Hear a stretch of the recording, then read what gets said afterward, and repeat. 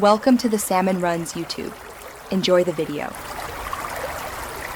You start by confirming the exact Asus model and reading the firmware notes. This avoids installing the wrong file.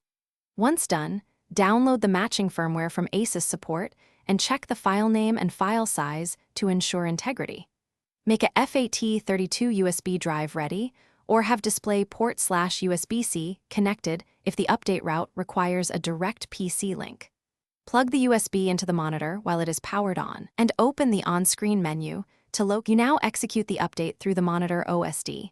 Navigate to Menu, then System or Support, and choose Firmware Update. Once you select the firmware file on the USB, confirm any prompts. This triggers file verification and the update process.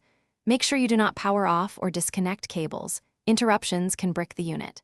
The monitor usually shows a progress bar and will reboot automatically when finished.